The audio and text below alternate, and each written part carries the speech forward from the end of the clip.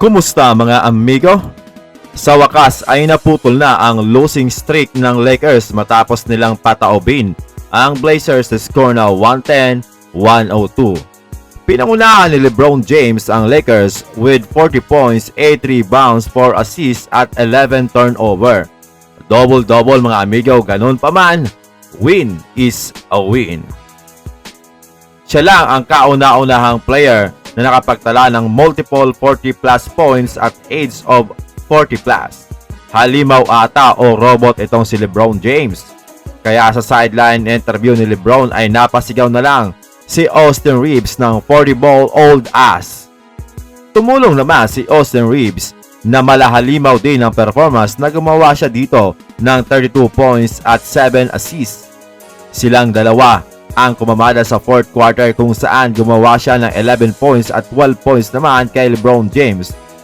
Actually, simula sa second quarter hanggang fourth quarter ay tig 12 points ang nagagawa ni LeBron James at 4 points lamang sa first quarter.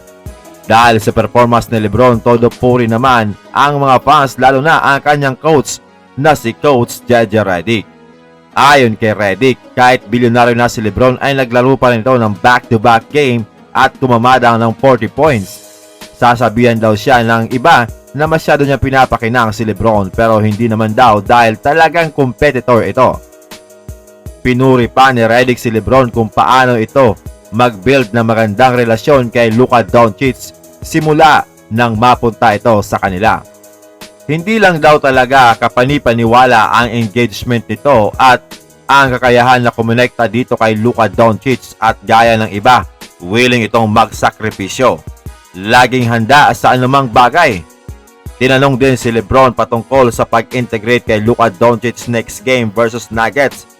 Well, ayon kay LeBron, hindi lang naman next game kundi buong season ay talagang magiging mahabang proseso ito kung saan magpapatuloy na matututunan ang kanilang sistema offensively at defensively. Bukod pa doon, sila din daw ay kailangan matuto kay Luka Doncic sapagkat ito ay isang amazing player. Nilinaw din mga amigo ni LeBron na sa lahat ng bagay ay kasama itong si Luka Doncic sa kanilang mga ginagawa.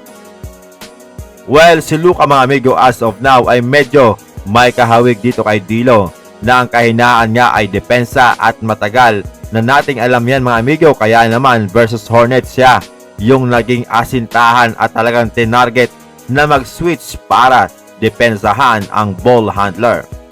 Maalat pa ang shooting ngayon ni Luka Doncic at medyo nahihiya pa ata ito kay LeBron at hindi pa masyadong komportable, pero paniguradong pag nakuha niya na ang kanyang rhythm ay babalik ito sa kanyang dating laruan.